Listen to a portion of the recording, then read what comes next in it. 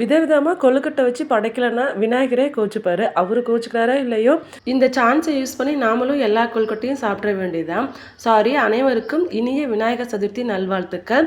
நாங்கள் எப்பவுமே ஈவினிங் போல தான் பூஜை பண்ணுவோமா, அதனால மதியமே பிரசாதம் எல்லாத்தையும் ரெடி பண்ணிட்டேன். எங்கள் வீட்டில் ஃபோட்டோவில் ஒரு பிள்ளையார் இருக்காரு. அவரு கொழுக்கட்டை வச்சு படைக்கலைன்னா கோச்சுப்பாரு இல்லையா, அதனால அவருக்காக தான் எல்லாத்தையும் ரெடி பண்ணேன். நான் வந்து பால் கொழுக்கட்டை, ஸ்வீட் கொழுக்கட்டை, கார கொழுக்கட்டை, அதுக்கப்புறம் கொஞ்சமாக சுண்டல் வேக வச்சு தாளித்து வச்சுருந்தேன். இதுதான் நான் இன்னைக்கு செஞ்ச பிரசாதம். நம்ம வீட்டில் பூஜை எல்லாத்தையும் முடிச்சுட்டு அதுக்கப்புறமா ஹவுஸ் ஓனர் வந்து பூஜை வச்சுருந்தாரு. அது இல்லாமல் ஈவினிங் வந்து சாப்பாடு ரெடி பண்ணியிருக்கேன். அதனால் வீட்டில் சமைக்க வேண்டாம்னு சொல்லிட்டாரா, அதனால நாங்கள் வேறு எதுவும் சமைக்கல. நம்ம வீட்டில் பூஜையெல்லாம் முடிச்சுட்டு அதுக்கப்புறமா ஹவுஸ் ஓனர் வீட்டில் போய் அவங்களோட பிள்ளையாரையும் பார்த்துட்டு அதுக்கப்புறமா போய் நல்லா சாப்பிட்டு வந்தாச்சு. இன்றைக்கி எல்லாமே கொஞ்சம் ஸ்பெஷலாகவே ரெடி பண்ணியிருந்தாங்க. ஸ்வீட்டில் இருந்து எல்லாமே சூப்பராக இருந்தது.